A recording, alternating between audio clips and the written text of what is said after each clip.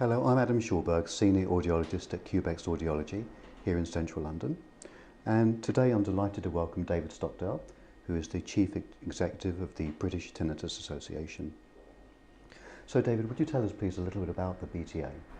So the British Tinnitus Association is the national charity that's there to support people living with tinnitus, and we do that in a number of ways. So the main ways we look to help and support people living with tinnitus is through our free phone helpline, website, and just vast array of information that we have for people living with tinnitus. We then look to support clinicians like yourself, and also ear, nose and throat surgeons and GPs as well, to make sure they have access to the most up-to-date information about tinnitus and how to support people living with tinnitus. And we then work with the research community as well. So we look to fund research into tinnitus to help us better understand what tinnitus is and how to manage it effectively, and hopefully one day find a cure. And we also work with the research community to make sure that patient views are represented within their work as well, and make sure that they understand what's important to tinnitus patients from that research. Excellent. What statistics do you have on people suffering from tinnitus?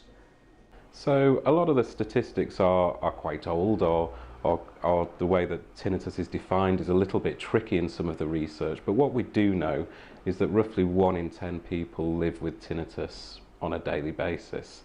And we know that 1 in 10 changes, which is important to recognise as well, that 1 in 10 people who live with tinnitus isn't the same 1 in 10 when those sorts of studies are done later on. So people come into and leave that population all the time, which I think is a really valuable thing for people living with tinnitus to hold and understand. But within that population, we know then that 1 in 10 of those have tinnitus to a level where it has a real impact on their life. So people struggle to manage it and cope with it, so it may have impact on quality of life.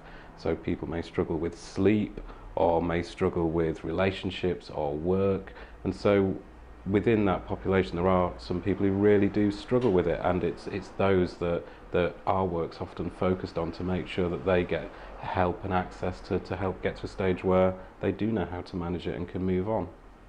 Thank you. Well, what is tinnitus, and also can it be cured? So tinnitus is a sound in the head and or ears with no external source. And it's worth just unpackaging that a little bit. So it's a sound that someone sat next to you can't hear. And by sound we mean it can be literally any sound. Ringing, whistling, buzzing and hissing are all very common sounds that get associated with tinnitus, but it really can take any form. And when we say that it's a sound that can be heard in one ear, both ears or in the head, we know that about half the people with tinnitus will have it solely in one ear. We know that around half have it in either both ears, or hear it in the middle of the head, or the centre of the head. And again, then there's a population of people who can't easily say where the sound is as well, which of course can be really distressing. So actually understanding, what tinnitus is that a sound where with no external source that is in one ear, both ears, or in the middle of the head. In terms of a cure, that may be the wrong question to ask in terms of, is there a cure? Can people manage it? Yes. There are certainly ways that people can regain the quality of life they had before tinnitus and get to a stage where they can carry on as life as normal and recover from the interruption that tinnitus can cause on quality of life.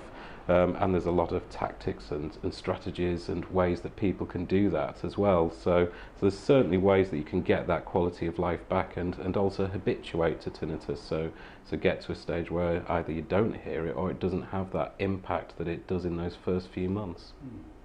So for someone who might be experiencing tinnitus for the very first time, what would be your recommendation to them? What would they do? First of all, we'd recommend that someone discusses it with their GP. We wouldn't necessarily expect a GP to be expert in tinnitus.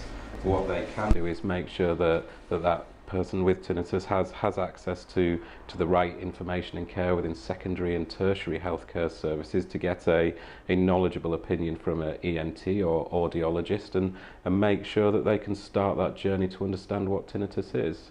because a lot of people, especially in those first stages, have a lot of fears, a lot of concerns about what is tinnitus, what does it mean for me, will it go away, will it make me go deaf, and the more people worry and get anxious about that, then the bigger impact it can have. So the quicker that people can get access to good quality information and support, the better, really. So is it really helpful to perhaps address that anxiety in the early stages, and how might one do that?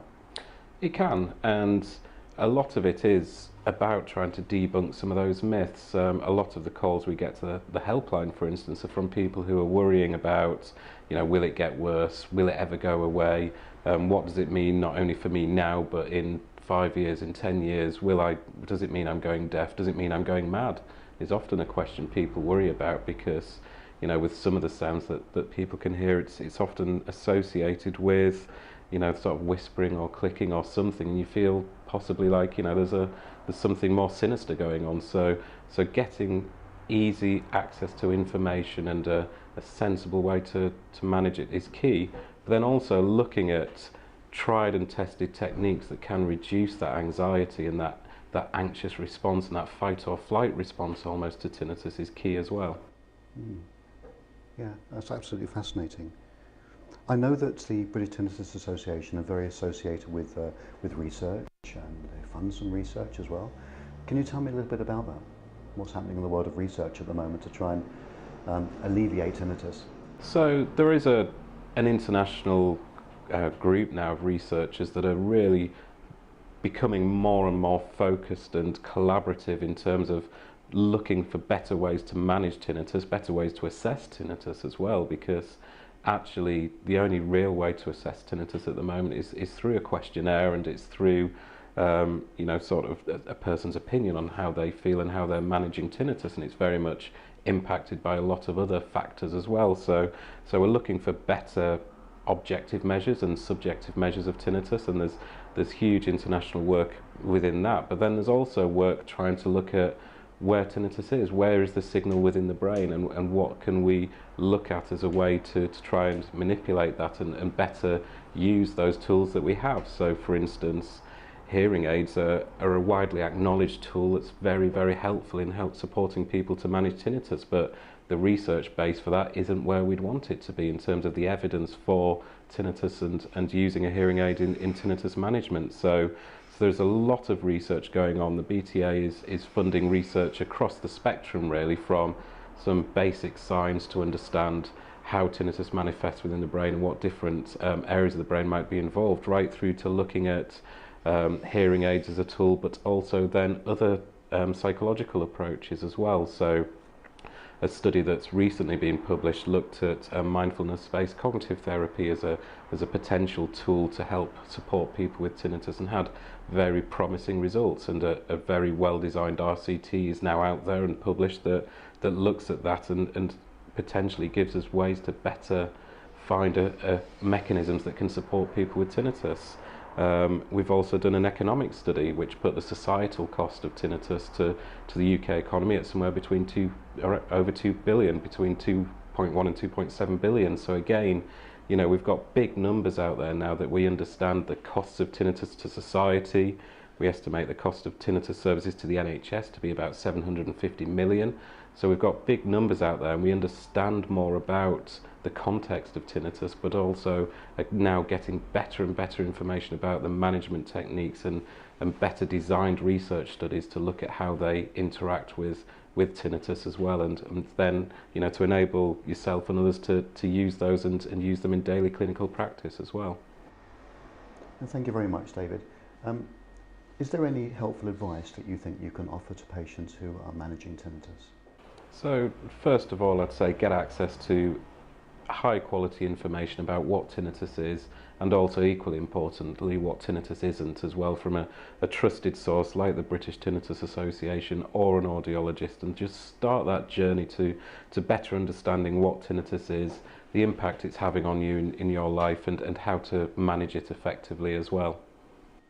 Excellent. Well, thank you very much, David, for joining us this morning.